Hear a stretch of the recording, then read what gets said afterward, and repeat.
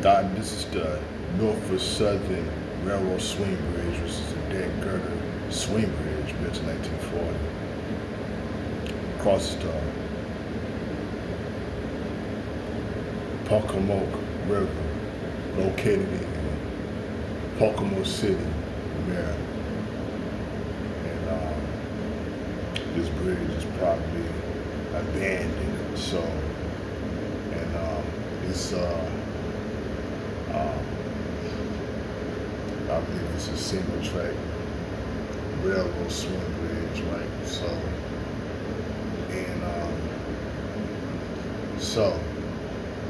this bridge swings aside for boats, and it swings back for rail traffic and everything. So, and